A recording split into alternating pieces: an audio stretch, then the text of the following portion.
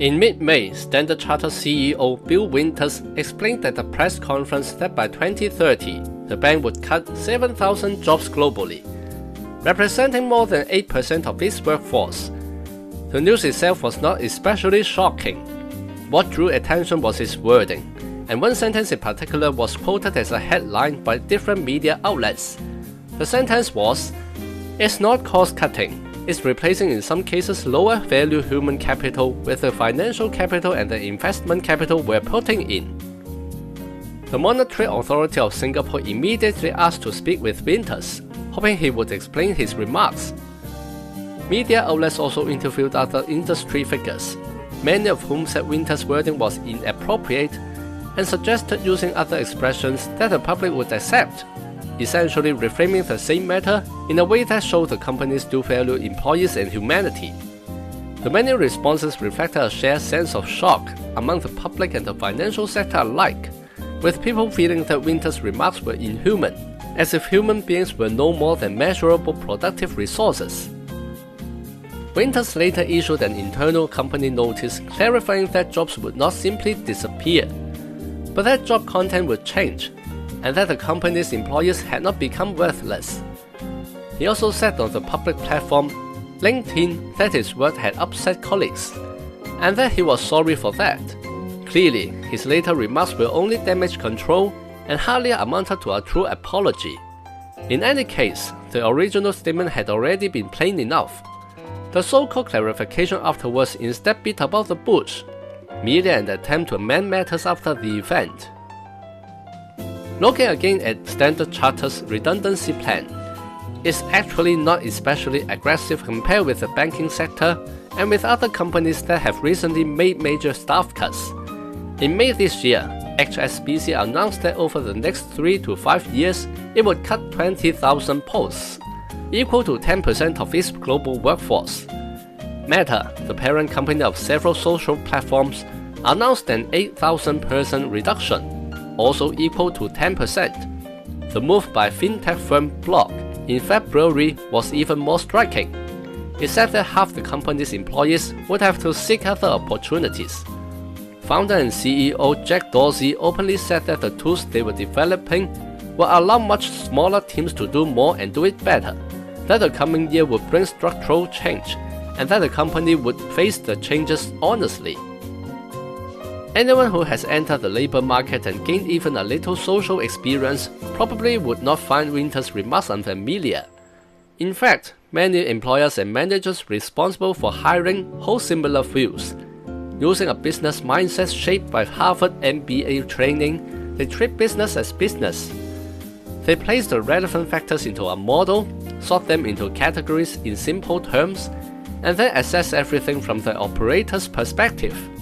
Subsequently, the key factors are income and expenditure, profit and cost.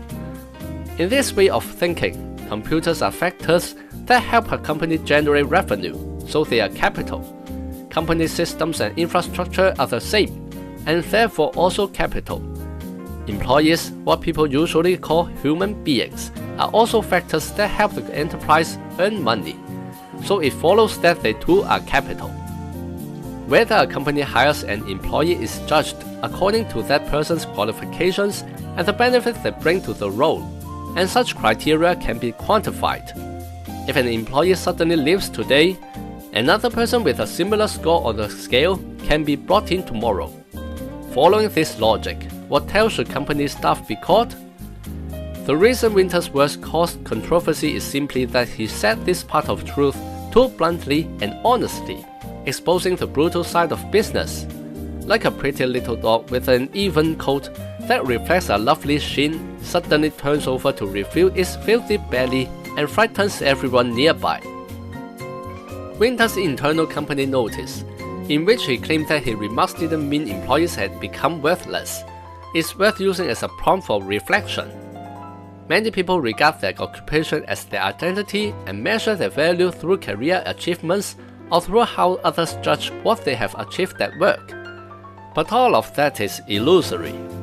Roles and positions change more easily. Identity does not. The lexicons can be a useful source of thought here. The adjective of identity is identical. meaning the same. The two words come from the Latin idem, meaning the same.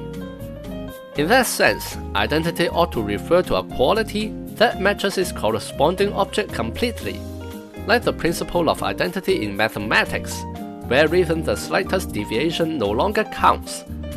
People are too used to sticking labels on themselves, and mistakenly treat roles, positions, and traits that many people share as if they were identity itself.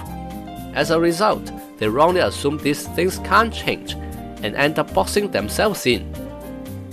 Once work is viewed through this mistaken understanding of identity, it becomes easy to build a value system that worships occupations. Of course, this has much to do with social systems and culture. Most people spend the bulk of their time on work as if work were life itself. But that is not true, nor should it be. Unfortunately, this habit of judging a person's worth by what they gain through work leads many people to assign a price to themselves and to others, based on social status and earning power. Just as Winters put it in terms of lower value and higher value. Labor views themselves this way, and then views other labor the same way. Employers view labor this way, and then view other employers the same way. Eventually, labor unconsciously accepts that employers and everyone else may view them in exactly the same way. This poison, deeply rooted in the minds of people who move through society, may even be more effective than the code used to train AI. In calculation, data processing, and linguistic reasoning, humans cannot match AI. That is inevitable, and jobs in those areas will be replaced, just as motor vehicles replace human rickshaw pullers. But when it comes to thinking about life and defining one's own value, if humans are also easily flooded with a packaged set of ideas and do not know how to scrutinize them, then they have buried the capacities that made them human. To say that such performance is inferior to AI may well be a reasonable claim. Winters and the major corporations that seek to replace humans with machines are, of course, driven by simple business calculations, and rarely speak about philosophy, humanism, or the value of life. Yet this era of rapid change also compels us to think more deeply about ourselves, rather than day and night obsessing over things that can be measured only in money. Only by fully exploring human potential can we hope to find a place to stand in a turbulent world. If you have any idea or like this video, please comment, like, subscribe and share. I'll be grateful if you support me on Patreon or Substack, making us go even further. See you on the next video.